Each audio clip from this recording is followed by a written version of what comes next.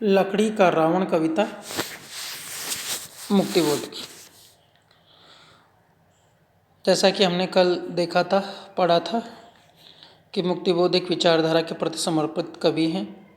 मार्क्सवाद में उनका विश्वास है और सामाजिक और आर्थिक और राजनीतिक क्रांति में विश्वास रखते हैं, बदलाव में विश्वास रखते हैं, किसान और मजदूर की सरकार का सपना देखते हैं और उनकी लगभग अधिकतर कविताओं में इसी क्रांति के, इसी विचारधारा के दर्शन होते हैं। लकड़ी का रावण यहाँ पे पूंजीवाद का प्रतीक है, जो शोषणकारी है, जो अतिरिक्त मूल्य पैदा होता है कारखानों में या श्रम से, उसको पूंजीपति अपनी जेब में रख लेता है, जबकि उसका असली हकदार होता है वो मजदूर होता है, किसान होता है। तो इसी अतिरिक्त मूल्य की ये लड़ाई है, वर्ग संघर्ष इसी का परिणाम है। कल कविता शुरू की, लकड़ी का रावण है। पहले इन्होंने एक फैंटेसी का निर्माण किया है, एक मनमानी कल्पना, स्वैर कल्पना, यादृच्छिक कल्पना, जिसमें कार्य कारण की श्रृंखला नहीं होती, उसे फैंटेसी कहा गया है। ये मनोविज्ञान का शब्द है। फ्राइड के यहाँ भी फैंटेसी शब्द आता है बार बार। मुक्तिबोध ने अपनी कविताओं में फैंटेसी का प्रयोग किया है। ये शिल्प पक्ष की विशेषता है। कविता में दो पक्ष होते हैं, भाव पक्ष और शिल्प पक्ष। भाव पक्ष यानी क्या कहा जा रहा है, जैसे यहाँ पे क्रांति की बात है, पूंजीवाद के खात्मे की बात है, किसान और मजदूर यानी जो सर्वहारा वर्ग है उसकी क्रांति की बात है। तो ये हो गया इसका भाव पक्ष। जबकि कैसे कहा जा रहा है, किस विधा में कहा जा रहा है, इसको बोलेंगे शिल्प पक्ष। जैसे फैंटेसी यहाँ पे एक शिल्प पक्ष है। दीखता, अब हम कविता का पाठ शुरू करते हैं। दीखता त्रिकोण इस पर्वत शिखर से, अनाम अरूप और अनाकार, असीम एक कोहरा। ये असीम कोहरा है बिना पहचान का सर्वहरा वर्ग, जो असंगठित है। हाँ, फैला है कटे पिटे पहाड़ी प्रसारों पर, लटकती है मटमैली ऊंची ऊंची लहरें मैदानों पर सभी ओर। यहाँ पे ये जो ऊंची ऊंची लहरें हैं, ये अंधकार की लहरें हैं। एकजुट नहीं है सर्वहारा वर्ग, असंगठित है और चारों तरफ अंधकार फैला हुआ है, अज्ञान फैला हुआ है, यानी चेतना नहीं है सर्वहारा वर्ग में। जब एक कविता शुरू होती है तो चेतना का अभाव है सर्वहारा वर्ग में।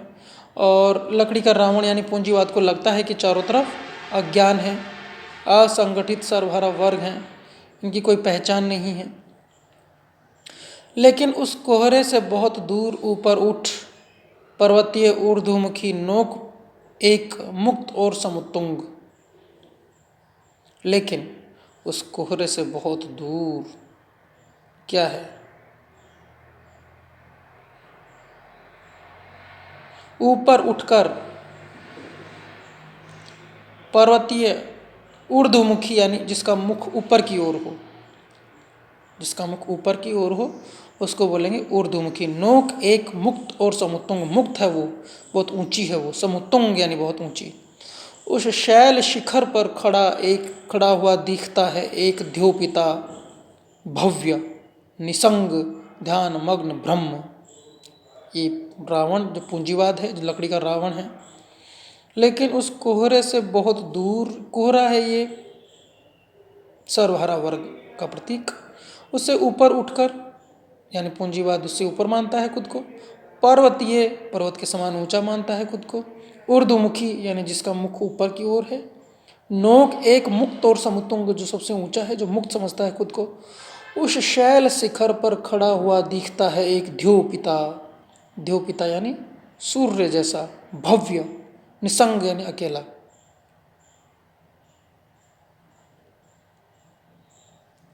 ध्यान मग्न ब्रह्म पूंजीवाद के लिए है ये, जैसे कोई ध्यान मग्न है जो ब्रह्म के समान है, ऐसा इसको कहा है। ये सारे के सारे विशेषण पूंजीवाद के लिए आए हैं।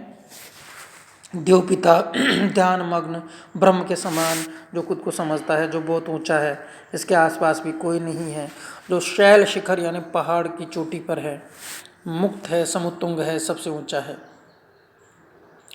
मैं ही वह विराट पुरुष हूँ सर्वतंत्र। कौन कहता है ये? पूंजीवाद कह रहा है। मैं ही विराट पुरुष हूँ। विराट पुरुष की कल्पना वेदों में की गई है। पुरुष सूक्त के 10वें मंडल में विराट पुरुष की कल्पना है, जिससे सारी सृष्टि के सभी लोगों का उद्भव हुआ, विकास हुआ। तो पूंजीवाद कहता है कि मैं ही वो विराट पुरुष हूँ। तुलना देखो इस विराट पुरुष की तुलना उस विराट पुरुष से हुई है।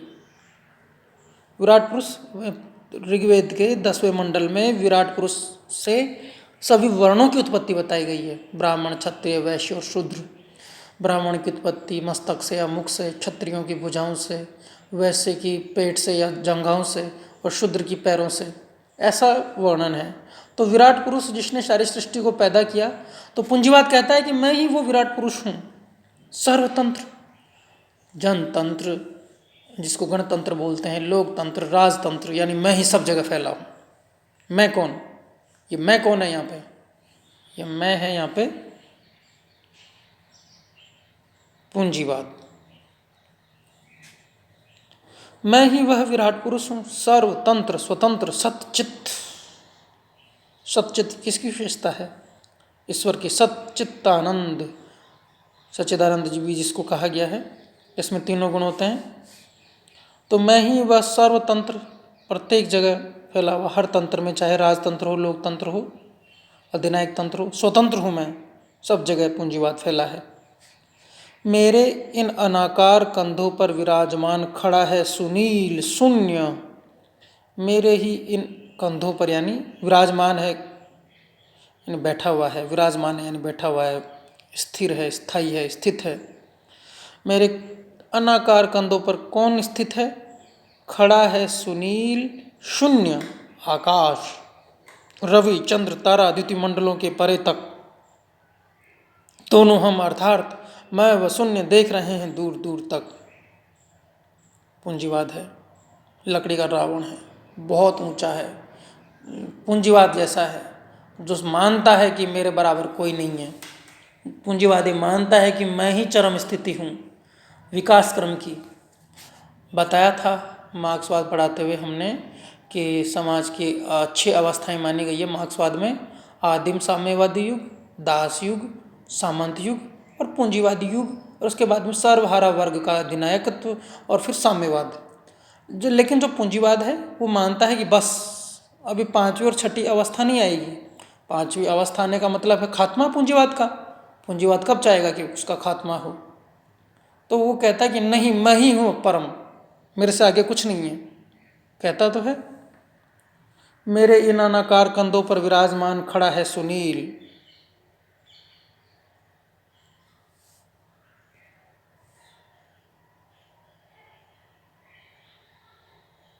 हाँ,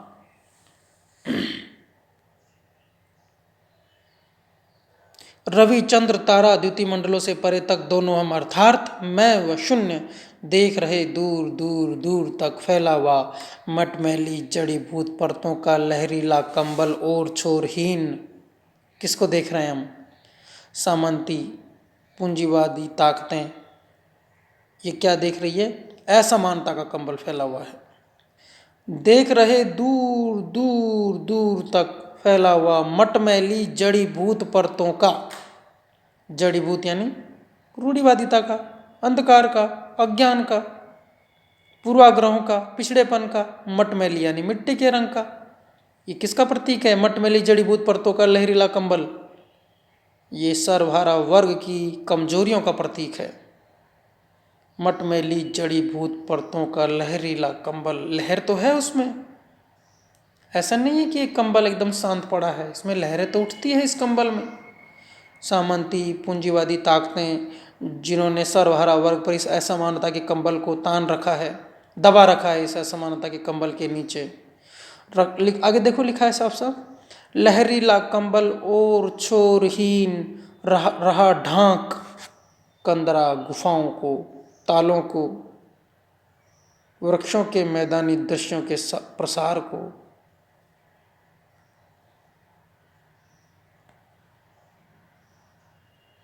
हाँ, तो ये कंबल सर्वहारा वर्ग को दबाए हुए है असमानता का, सामंती और पूंजीवादी रूढ़िवादी ताकतों का, विचारों का, पूर्वाग्रहों का, असंगठन का। तो इसने साम्यवाद को रोका हुआ है, इसने सर्वहारा वर्ग को एकत्रित होने से, एकजुट होने से रोका हुआ है, और पूंजीवाद इसको देख रहा है, पूंजीवादी ताकतें इसको देख रही है अकस्मात। अब देखो क्या होता है। अब कविता में जहाँ पे कोई चीज़ अचानक घटती है ना, उसको बोलते हैं नाटकीयता। दोबारा लिखते हैं इसको, उसको बोलेंगे नाटकीयता। अकस्मात दोनों हम, मैं व शून्य, देखते कि कंबल की कुहरीली लहरें हिल रही, मुड़ रही। पूंजीवाद क्या देखता है